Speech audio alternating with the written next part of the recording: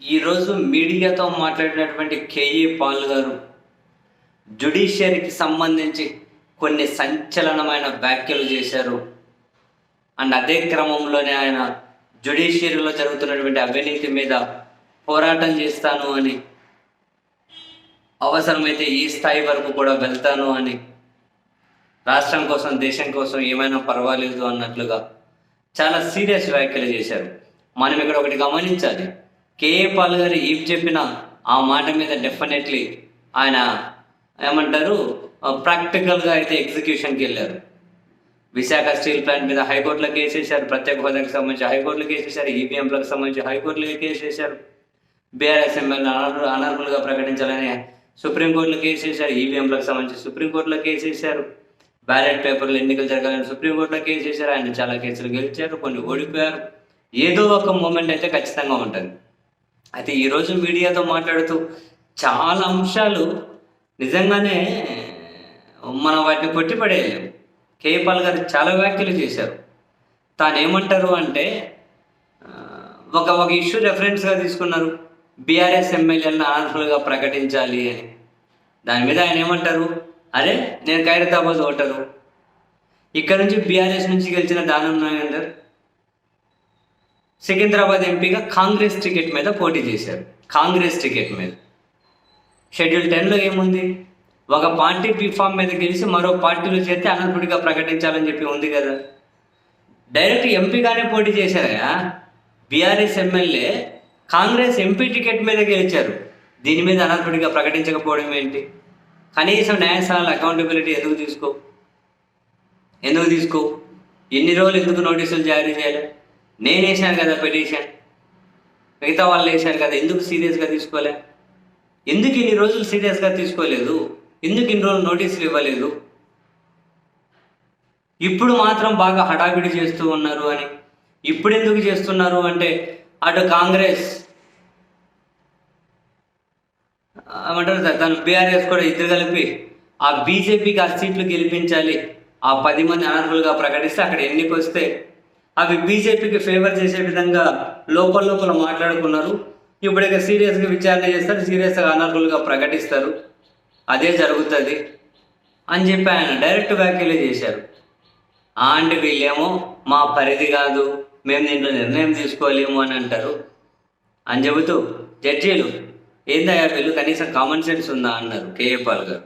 ఉందా? ఇందిరాగాంధీ గారిని అలహాబాద్ కోర్టు అనర్హురాలిగా ప్రకటించలేదా? మాయావతి గారికి సంబంధించిన ఎమ్మెల్యేలను 12 మందిని అనర్హులుగా ప్రకటించలేదా? మిమ్మల్ని లా తయారు చేయమని ఎవరు చెప్పట్లే, లాను అమలు చేయమని చెబుతున్నారు. షెడ్యూల్ 10లో లేదా? మరి మీరు ఎందుకున్నారు? మీరేమి నిర్ణయాలు తీసుకోలేకపోతే, మీరు జెన్యున్గా విచారణ చేయలేకపోతే రాజీనామా చేసి వెళ్ళి ఆ కొండలకు వెళ్ళి ఏమన్నా కనుక సన్యాసం స్వీకరించండి, పోయి కొండలకు వెళ్ళండి, రాజీనామాలు చేసేయండి. ఎందుకు సిస్టాన్ని భ్రష్టు పట్టిస్తున్నారు అంటున్నారు. ఎందుకు భ్రష్టు పట్టిస్తున్నారు? ఎంత కరప్షన్ జరుగుతుందో నాకు తెలుసు. దీని మీద నేను డెఫినెట్లీ పెద్ద ఎత్తున పోరాటం చేస్తా. అవసరమైతే 200 దేశాలలో ప్రతినిధులను కలుపుకొని మరి ఇంటర్నేషనల్ హంగర్ స్ట్రైక్ దిగుతాను. ఎవరు కరప్షన్ చేశారు, ఎలాంటి కరప్షన్ చేశారని చెప్పి నాకు తెలుసు. ఇప్పుడు నేను పేర్లు అయితే ప్రస్తావించలేను,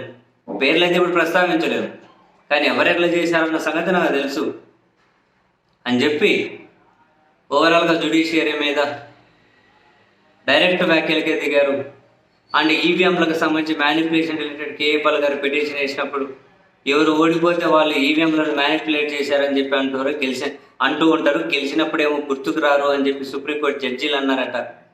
దాని మీద కూడా కేఏ పాల్ గారు అవును ఓడిపోయినప్పుడే అంటారు, గెలిచినోడు నేను ఈవీఎంలతో గెలిచిన అని చెప్పి అంటారా? మినిమం కామన్ సెన్స్ అప్లై చేయాలి కదా అంటూ ఉన్నారు.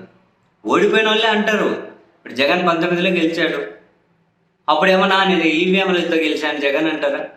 24లో చంద్రబాబు గెలిచారు, నేను ఈవీఎంలతో గెలిచాను చంద్రబాబు అంటారా?